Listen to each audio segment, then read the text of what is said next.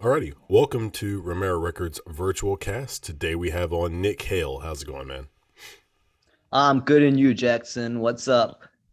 Yeah, it's good to have you on because you do music, so I'm always into people who do music, and then you are a writer and a director. You've been in a little bit of filming and everything.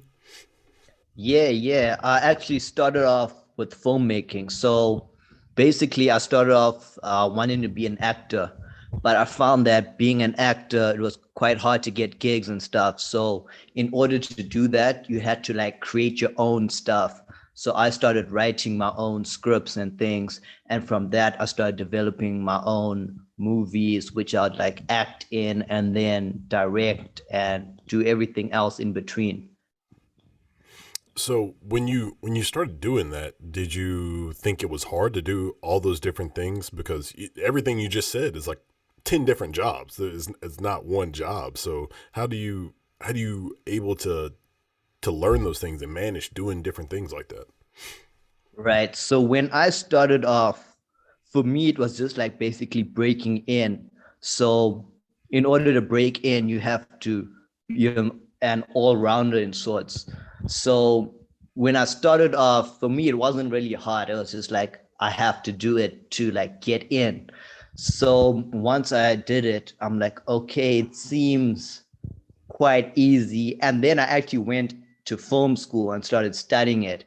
And then I studied it. And then when they like teach it to you, all this shit starts becoming like serious. And then you like realize how much work there has to be going into whatever you're doing. And then I realized like it's quite difficult making a movie. So like, but when you're going in as a rookie, it doesn't seem that tough. But once you actually like know about everything, then you realize how hard it is. But they say like the best way to make a movie or to become a director is not film school, is to make your own movie. Hmm. So I guess I kind of sort of found my way in it before I actually learned about the fundamentals. Yeah, there's I don't know if you've ever seen this before, but there's a actual like graph. It's kind of like somebody's theory, and it's kind of funny when I tell you this, you'll know what I'm talking about. So like the x-axis is, I think it's how much you know about something, and then the y-axis is something else. But it's like, it's like how, x is how long you've been doing it, and y is how much you know about it. And so it's like over time, when you first start out, you know a little bit and you haven't been doing it long. And then you go a little bit further, you know a little bit more, but you haven't been doing it long. And so it's like your confidence. Oh, that was the other thing. It was your confidence, and how well you think you can do that thing. So when you start out directing, you know a little bit, and then you know a little bit more, and your confidence is out the roof. You're like, oh, I could direct anything, like Steven Spielberg or something like that. And then the more you know, your confidence goes down because you find out there's so much stuff to know. You're like, oh, I know nothing. But eventually, when you like an expert, somebody who's been doing it for 20 years or more, their knowledge, their confidence goes a little bit up because then they've got the experience. They're like, oh, I got it. But it's funny because it applies to everything. Like people when they first start out, their confidence is kind of low because they don't really know much, and then we think we're amazing because we think we figured it all out, and then later on when we get to know more, we're like, oh, I know nothing. Yeah, that makes sense. Like it's kind of a similar to a certain graph that I saw that with when you start off, you have unlimited potential, but quite little experience. And then as it goes up, your potential decreases, but your experience increases. So it's quite similar in that sense. Yeah, and they've tried to do studies on like how well people can either adapt or their creativity. Um, the older people are, their creativity goes down because younger people, I guess, there's the whole world in front of them. I guess you get to envision a future, but when you are older, I guess you've kind of seen everything, so you think everything is, I guess, the same.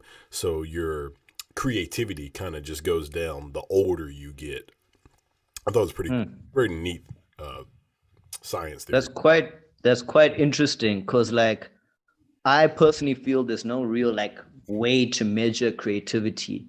Because for me personally, as an artist, creativity comes and goes. And I feel like in terms of music, when you have a lot of stuff to speak about, you end up making great music. And when you don't, that's when your creativity goes down. And that's when I feel like you must focus on like other stuff. So for me personally, I'm like an all-round artist. So I feel like music is like my kind of guilty pleasure because whenever I'm like, nah, shit is not going my way, I decide to like just express my thoughts in the form of music. Mm. Yeah, I mean that's how most people vent that are artists. You know, they let it come out in their music. Like a lot of times people will make the joke of the weekend. They're like, "Oh, if the weekend just went through a breakup, we're about to get some nice music," something like that. Yeah, yeah. So yeah, I mean that's how a lot of musical artists they vent. You know, you find out about their life and their stories, and that's when they do get creative. Is when they're mentally stimulated and their emotions are brought into the situation. So that's how a lot of people do get creative. Yeah. I think for like the weekend, maybe it's like better for him artistically and business wise to be going through a breakup because when you go through a breakup, he's making money, he's making music, man.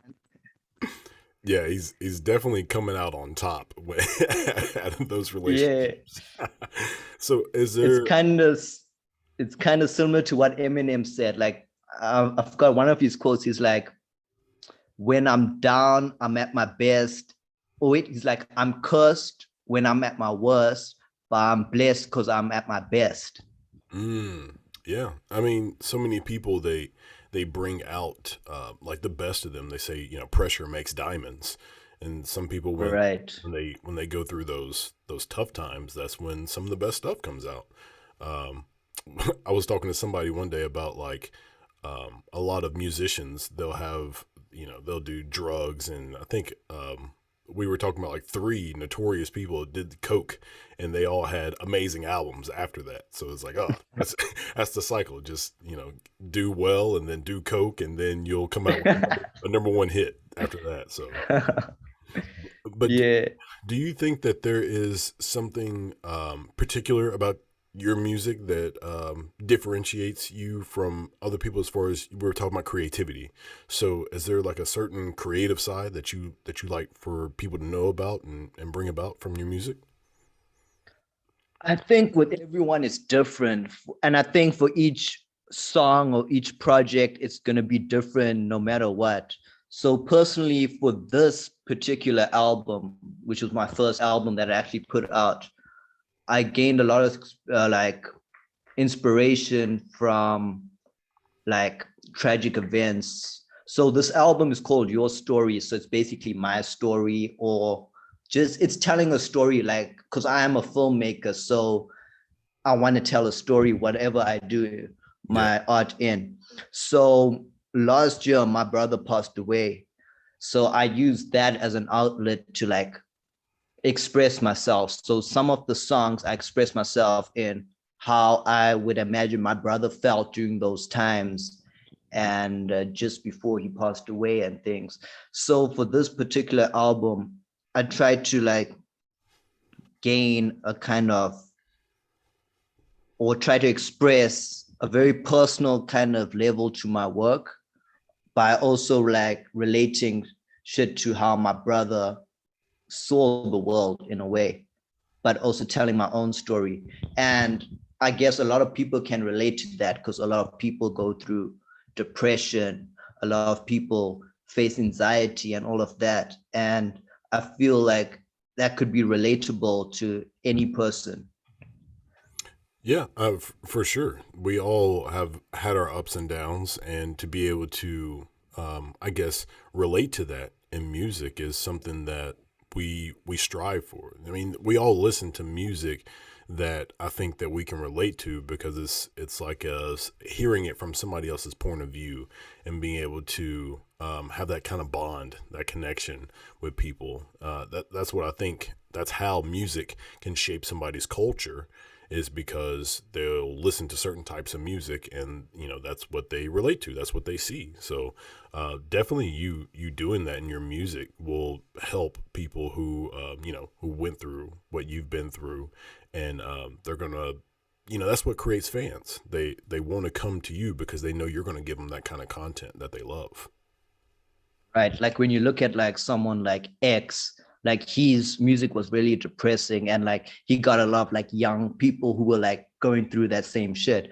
Like this album was supposed to originally be an EP, but traditionally an EP is supposed to be like 30 minutes, and this is like 33 minutes. It's not really EP, it's kind of an album, but like I'm not really sad all the time. Like I go through phases like everyone else. Like one day you can be sad, one day you can be happy. So going into this project, I was going to make it like it was going to be called Dog Park Days, because my brother and I, like, we used to chill at the dog park. We used to take our dog there, like back in the day when I was still a kid, and that brought back good memories. And back then I was never like sad or depressed or anything.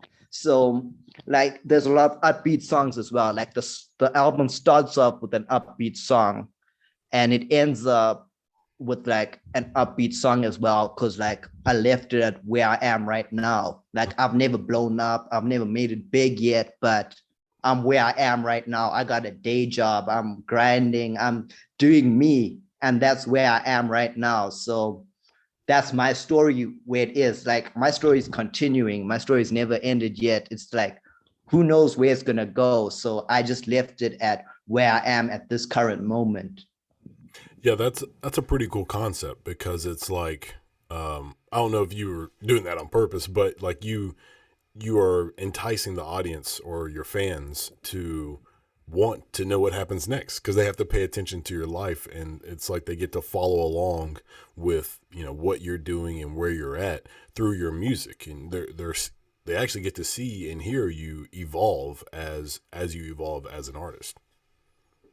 Yeah, going into the project, that wasn't really like my goal, but like when I decided to like curate it, I figured that's where it needs to be. Like because that's where I am right now. And hopefully people will like listen to this and be like, okay, Nick is kind of like this. So he's quite interesting. Let me follow him.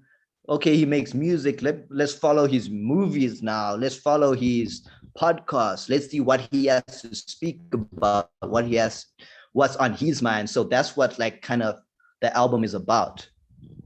Yeah. Kind of connect, like one of my songs, um I'm like link it to my CD, put it on a movie. My bars are not right there, but like it's kind of like I'm trying to link it all together in a sense.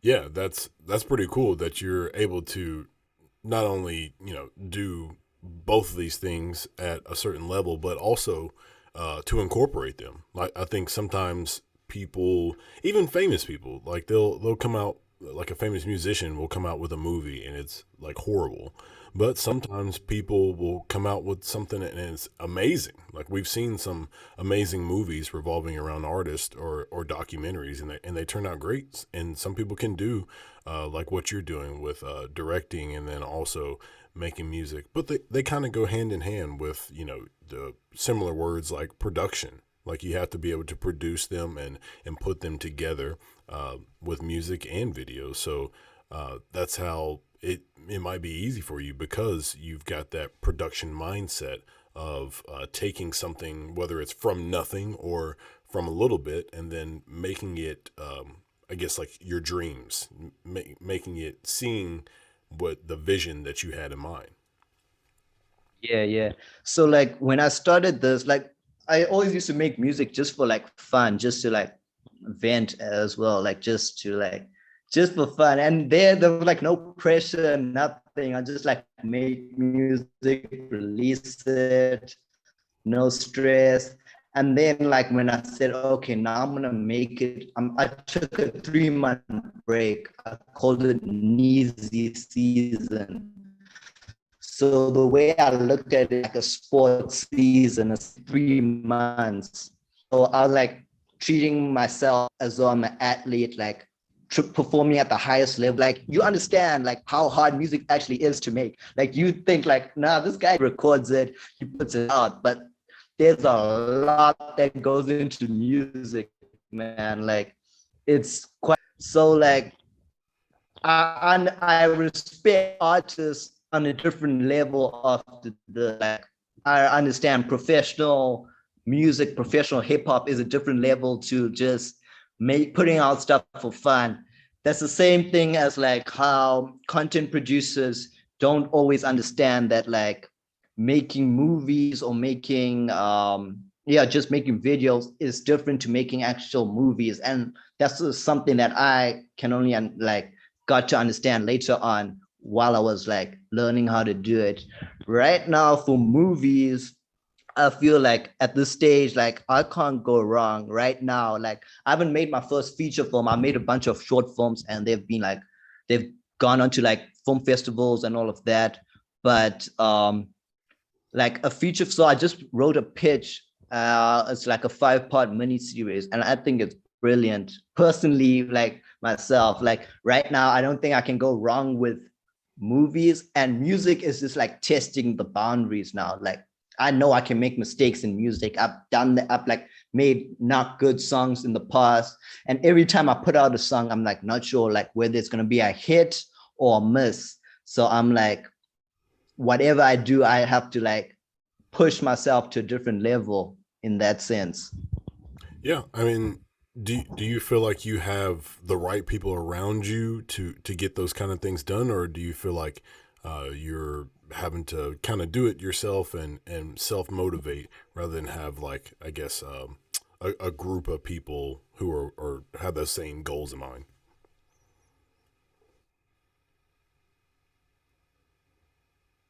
You know what? It's like really find that people, like people who have the same hustle, the same ambition that I do. Like I've tried before to look to for those people, and I've collaborated in the past, but like they haven't like shown the same ambition and stuff. So like for the past 6 years for my YouTube channel, I've basically been a one-man army. I've just been like one manning this shit. But like I'm looking for that talent. I'm looking for that. Like I want to push South Africa's industry to the next level. I'm trying to bring out the next wave of artists, but they'll have to like share the same ambition that I have, because like it's gonna bring me to the next level, and it's also gonna bring them to the next level, and like everything is just gonna like get bigger if people have that hustle, have that ambition. Yeah, I mean that's something that I think everybody finds difficult is finding somebody who has the same mindset as you and is willing to do the same things that you're willing to do, or sacrifice the same things that you're willing to sacrifice, whether it's time or doing certain things with people and having certain things.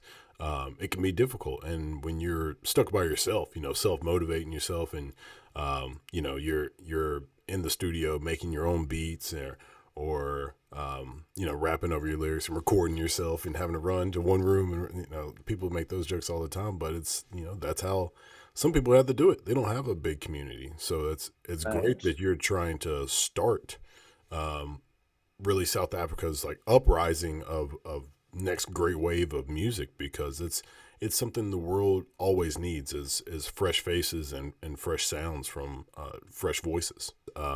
You sorry for everybody.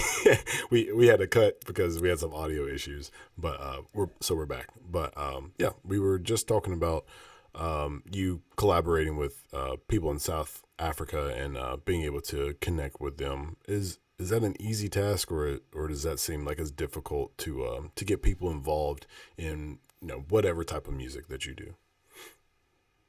I think like the level that I'm currently at, because starting off like my age group, like there's talent there, but there ain't that ambition. And the people who are at the stage, like mainstream, they do not want to like collaborate with like people coming up. And I feel like that's gonna like hinder the industry in a way. Mhm. Because like you see in America, you get like Kanye West, you from Chicago, right? So yeah, like Kanye, like he's bringing out the best of like the next generation. He wants to get that.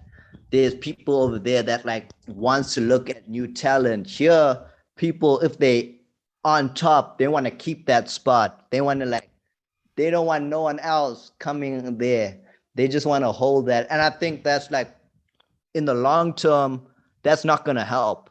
That's gonna like put us on like a disadvantage because we need to like, if I know if I was on the top, I'm like, as it is right now, I'm looking for the best. I only want to collaborate with the best. I don't want to collaborate nothing mediocre.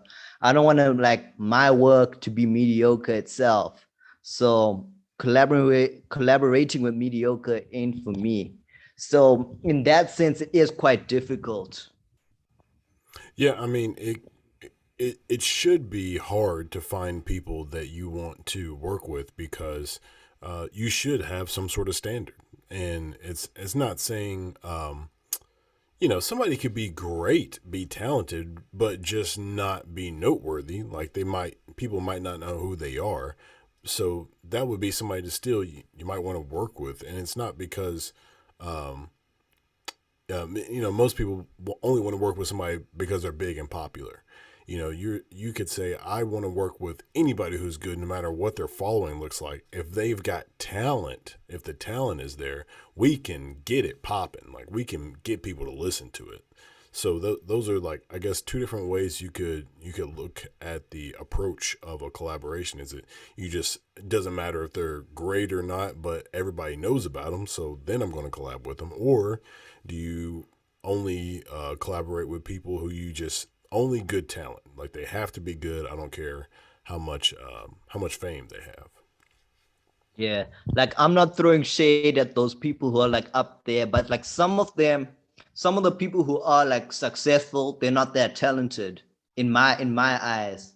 Like like you get no, I'm not throwing shade at Cardi B, but like people like that, I don't see the talent there. Yeah, Like the other day, one of these kids played a song of one of their friends, and it sounded like just like Juice World. And this kid's like 17 years old from South Africa, and he's making music like Juice World. He doesn't have the software and stuff, but like if he had it, he's gonna be on that level. I want to collaborate with people like that.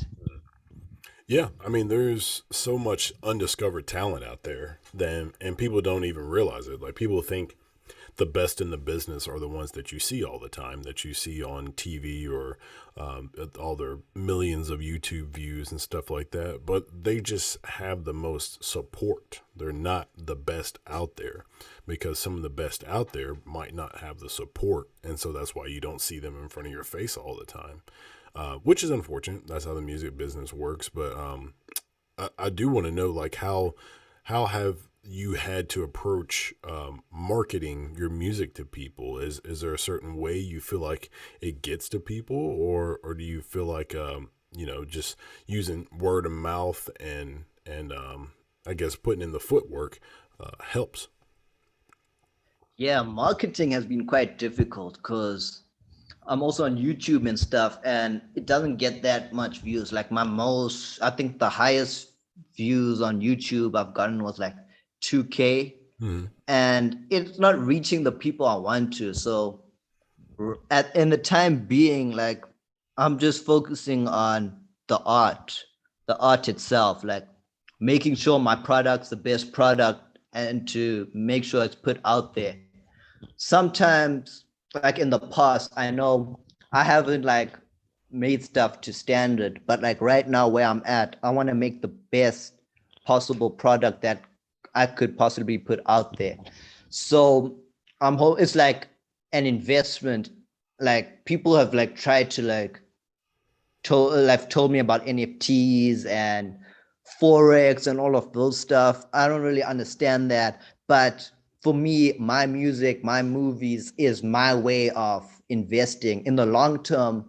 Hopefully, it's gonna pay off. So marketing right now, I'm doing this. I'm doing podcasts. I'm doing. I'm putting it out there, ads and stuff, but as you know, those stuff costs money. And you have to, I know to make money, you need to have money. So I'm putting it out there as much as I can, but that's not like a priority at the moment. I'm just putting it out there. Hopefully, those who want to hear it will like it. And from then, they're gonna like come back to see my other stuff. So right now, it's about creating a fan base to build upon for the next 5, 10 years. Yeah, and I like what you were talking about with just, putting your own money into it and just figuring it out, because that's something that, that's what I did when I was first starting music, and I felt like I had no idea what I was doing, and honestly, I feel like I still don't know what I'm doing. But it takes just experimenting, just figuring out like what works, what doesn't work. Some things belong in the trash, some things belong on a pedestal, and it's up to you to just figure out, what people are going to like and what you like. And I think that's one of the hardest things to overcome as an artist is, what is it that I want to create and what is it that I know people are going to consume, because everybody's not going to like everything you do, but you can, change what you do based off of what people are going to like, if that's what you want to do. Right. Like you can be the Beatles, but still people not gonna dig it. Some people are not gonna dig it. They're gonna think the Beatles is trash. And other people think the Beatles is legendary. You can be Michael Jackson and people still gonna say shit. So I think make stuff that you would like to listen to or you'd like to watch. And like I always go back to this. Like one of my lecturers in film school, they told me that because I personally liked the first Suicide Squad, and a lot of people said that movie's trash, that movie's shit. But he said that like if you like it, that movie was meant for you because everything has their audience, everything has their fan base. So someone is gonna like it at the end of the day. You're gonna make us if you like a fashion designer and you make like a sweater that no one understands, at least someone's gonna buy that sweater. Someone's gonna wear that sweater at the end of the day. So just do you, and hopefully people feel you and they want to like buy it. They like what you do. Yeah, and I always think about when it comes to music, like when you finish a song and you're like, I don't know if I want to put this out or whatnot. I'm nervous. It's like somebody's gonna like it. Like I guarantee you can find one person that's gonna be like, oh, this is good. It doesn't matter how bad it is. There's gonna be a family member, a friend, something. Somebody's gonna be like, oh yeah, it was good. But Yeah. but yeah, you just kind of you got to put it out there, because whether it's good or bad, you're going to learn from it. That's like, some people are like, oh, you can never have a failure, because if you learn from your failure, then there's not a failure. Well, you could use that with this, whether whatever you just made, whether it's good or bad, just put it out there and let people decide on if they think it's good or bad. You shouldn't make the decision for them, thinking, oh, this is bad or this is good, this is the greatest ever. Like, just let people, consume it how they want to. Yeah, yeah. I remember in 2020, I made this one song and I put it out there. And I think in like right now it has like I think 1,000 and something views. But at the time when I put it out there, I sent it to like my rapper friends and stuff. And the people who like rappers and in hip hop in the industry, they like, nah, this shit is trash. And then I sent it to like other people and they're like, yo, man, this thing is fire, man. This is fire. And I'm like, okay. And it was kind of like an experimental kind of song. And I'm like, shit, I don't know how do I feel about this now. Like, and from then, that's when I like started like, okay, now I'm gonna like put my mind, my soul, my spirit into this. After that, I started getting like self-conscious about my music. I'm like, okay, I made the song. It's fire. I think it's fire, but like, could it be better? Could like I work on something? Is my delivery not there or something? And I like keep on reworking it. Like when I made this album at first, like the majority of the songs were just freestyles. Like it can't like I was like, I don't know, like when I'm like got a bunch of beats from, I think, a German producer, and I started like rapping over it, and I was feeling it, I was vibing to it. I'm like, yo, like I think I made like 8 songs straight that one day, just freestyling, and that's never happened to me, man. Like that's never happened. I'm like, this is something, like this, like I don't know, am I possessed? Like what's happening? And like I could have like, I know some artists, some of my friends and stuff, they would like put it out there, but I held on to it like this stuff. I think it's special. So I held on to it for a few months and I concentrated on like movies and stuff like that. I'm saying, I was like, whatever happens, maybe I make a movie, blows up, and then I can put out music afterwards.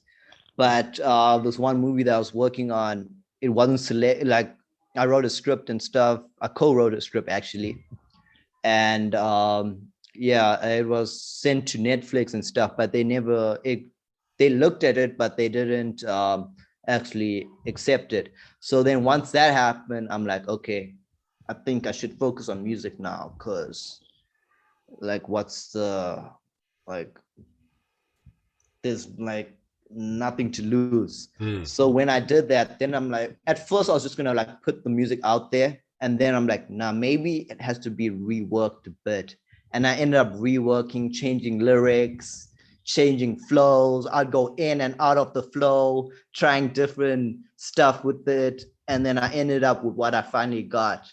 And I think it was like like the last song that I actually made was the first song on the album. And that I made like 3 days before I put out the actual album. So I was like constantly working, reworking that shit. That's crazy. There's a good bit of people who do that. You know, they'll wait to the last minute and finally put stuff out. But you know, you work at your own pace. Some people, you know, they go in the studio and they can make a song in 30 minutes. I am not that type of person. Like I'll take a week to write one verse, and if it's where I want it, then that's where I want it. You know, I have no shame in taking a while to do a song. Which it usually, if I'm working on, let's just say one song, as far as lyrics wise, it usually takes me maybe 2 or 3 days max. It usually doesn't take me longer than that. But I'm not a type of person that just goes in there and just spews out lyrics, because number one, I'm pretty self conscious about my lyrics as far as, you know, relaying the message that I want to, or just, you know, having good punchlines and good bars. You know, I All love right. being able to make sure the audience like gets those parts and that they enjoy them, because I don't want you to just listen to it one time and be done with it. I want this to last. I want you to be Mm. listening to that music for years to come. Yeah, like every time you listen to it, you learn something more. Cause like one of my friends, like one of the songs I put out was Anime Girl. And like one of my friends, like he didn't really vibe to it. And like, why is that? Like, because the music that you listen to stuff on radio, and radio, the first time you listen to shit on radio, you don't, it doesn't last in your mind. But on radio, they keep on playing it, like it keeps on repeat, and then it becomes ingrained in your mind. And I think that's the only reason why mainstream, that's the difference between mainstream and like underground or upcoming artists. That's the main difference, is that on radio it's on repeat, it's in your mind. They say the best way of control is repetition. The same with music, like the best way to like make a hit is repetition. Mm. So once, like how you're saying with your stuff, you want it to stick, you want it to last, and that's only with repetition, I feel. Yeah, I mean, when the more you do something, the better you get at it, and then you get more comfortable, and then the real you comes out. Like I tell people all the time, when I do a podcast, or if I have got somebody in the studio, the first thing I want to make sure is that they feel comfortable. Because when people aren't comfortable, they tense up, or they say stuff that they don't really mean, or whatever, and it's because they don't feel relaxed, they don't feel like themselves. And when you are like in your zone and you're in your mode, whether you're, directing a film or you're making music, like when you are truly comfortable with what you're doing, that's when your true creativity can come out and people can really see your vision that you're trying to relay to them. Yeah, yeah. For me, I feel like with music, and I also think with acting, that's why I love podcasts. Like with my own podcast, Into the Muse, when I get guests, like I often don't really like research too much about the person. I like listening to them and asking questions like a conversation. And the same with like acting, like I can read the script and stuff, but I'm not gonna memorize the lines. I'm gonna like try and bring out my true character within me, kind of like what Marlon Brando did. Like Marlon Brando, like he never used to like memorize his lines. Apparently for Superman, the first Superman, he played Jor-El. He actually like had the lines like written on the baby's diaper, which you'd like read off while acting. And people say that Marlon Brando is the greatest actor of all time. I personally disagree with that, but people say that, so he has to have like worked something. The same with my second film, actually, The Bad Guy. I wrote the script for it like I think like 3 days before, and like it was actually like I was speaking to someone. And I'm like, shit, this shit is deep. Now, what if a psychopath said this shit and it was in a movie? And then I literally just said it how a psychopath would say it and made a movie about it. And that film was like arguably my most successful film ever. Oh, wow. Yeah, I mean, sometimes people they get their inspiration and they get everything that they need from their work of art, and when they get these things out to people, they want to relay it a certain way, and sometimes they get it done, sometimes they don't. But it's being able to capture the mindset of people whenever you are putting it out, because you want to, number one, you want to stay on track, but then number two, you want people to feel like everything went aligned, because it's like when you listen to a song and you're like, what are they talking about? You might get lost in it, but yeah, I think it's super important that people who like us who do these different arts that we are able to bring out whatever we're trying to bring out in our art, because it's stuck in here, and it can be frustrating if you can't get it out to people the way you want to, whether as you were saying, reading lyrics off a baby's diaper in the freaking video. However you want to do it, just find a way to just get it out to people. Yeah, I think like the purest form of art is capturing a moment, like a moment in time. That specific moment, that's the purest form of art. Like if you look at Leonardo da Vinci's paintings, it captures the moment when he was alive. Like whatever, like it takes you back to there, even though you never existed in the Renaissance, you feel the Renaissance when you look at his paintings. Yeah, that's a big thing, to be able to capture a moment or a feeling. Like a lot of people say that they don't want to go into the booth and record because they don't feel a certain way, or they don't feel like it's right.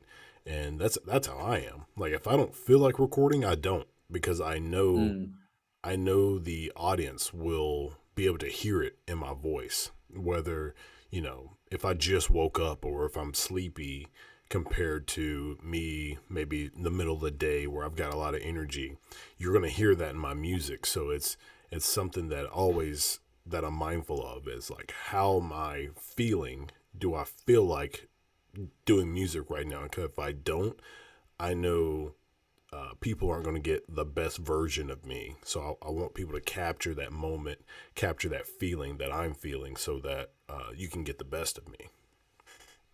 Right. I feel like art shouldn't be forced, because whenever it's forced, it becomes a job. And when it becomes a job, it does not become true.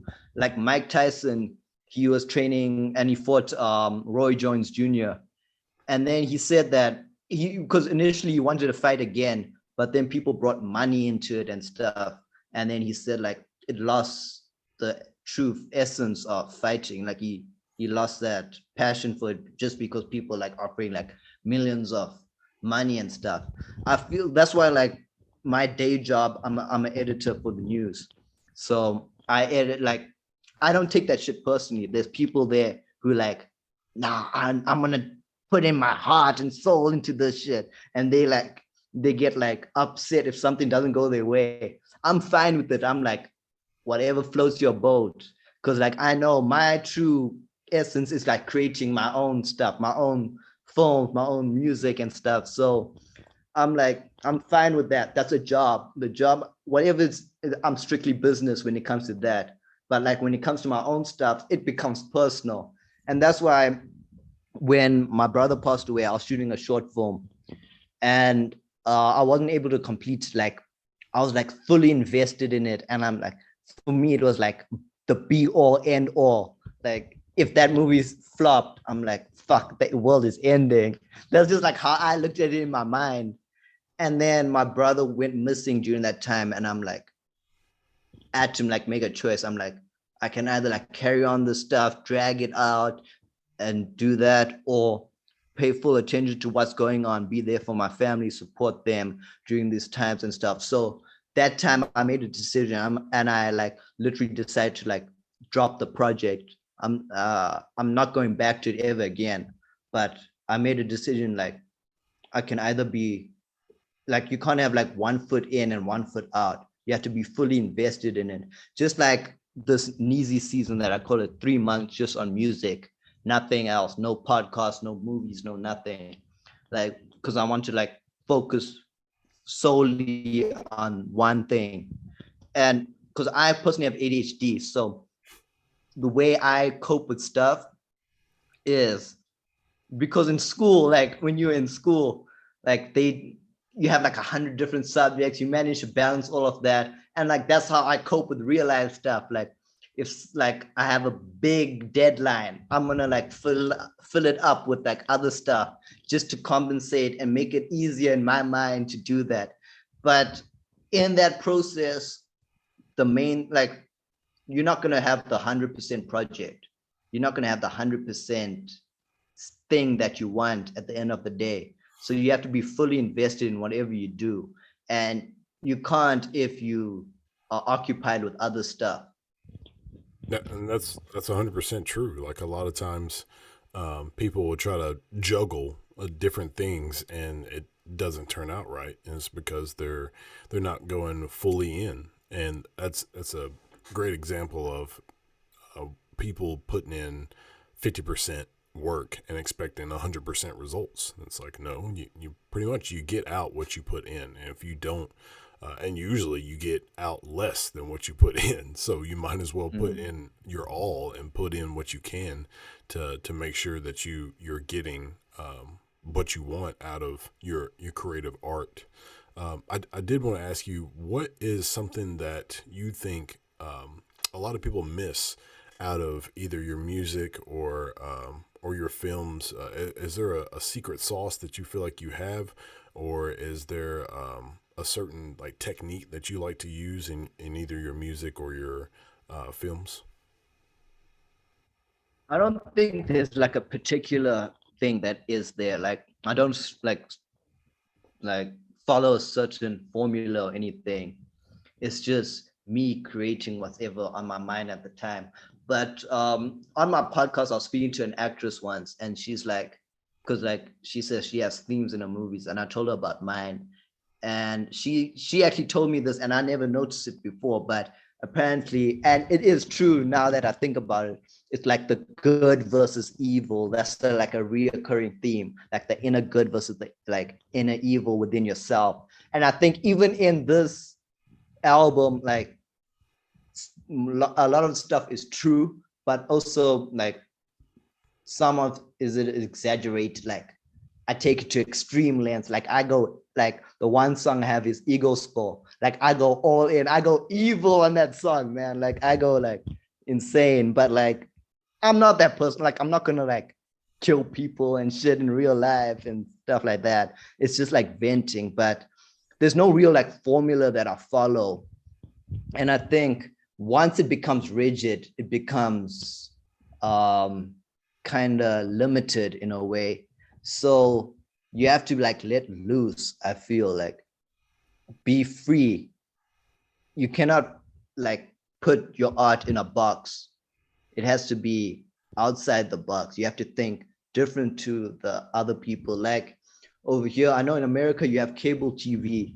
In South Africa, we have DSTV, and a lot of people watch DSTV. But since 2015, my family, we haven't had DSTV. So I personally use YouTube, the internet and stuff, and that's whatever I want to look at. I know YouTube suggests their own algorithms and stuff, so it's maybe not that me, it's kind of YouTube, but it's still me because like I'm always changing. So my YouTube always changes. Like sometimes, like I'm a big fan of boxing or UFC. Sometimes there's only like boxing and UFC on my YouTube feed.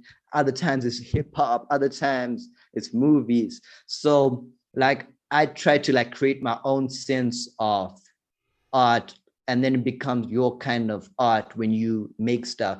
But people who are like rigid, who just watch DSTV, they just watch what's out there, their mind becomes conformed to whatever is out there, and you start creating the same kind of stuff that's already out there. So I try to be original in what I do.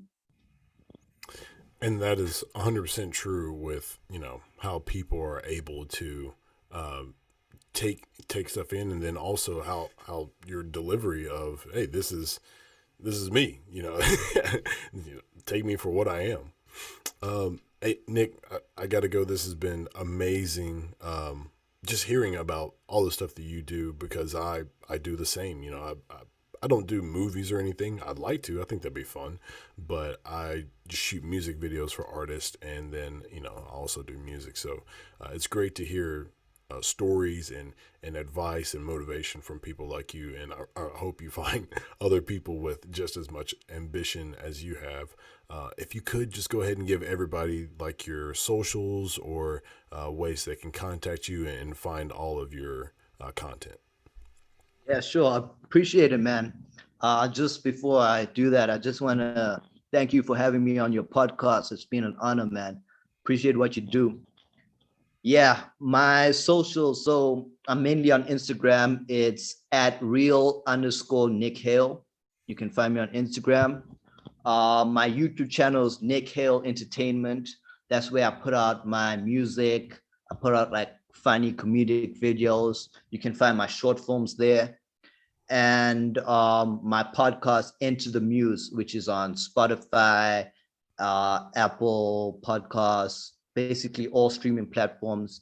You can listen to my podcast there. And also my albums available on Spotify, Apple, iTunes, Amazon Music, basically any streaming platform you can find, it's there. So shout out to you, man. Thank you so much, and I hope all the best for you in the future, for real. All right. Appreciate it. Well, thank you everybody for tuning in, and we'll see you next time.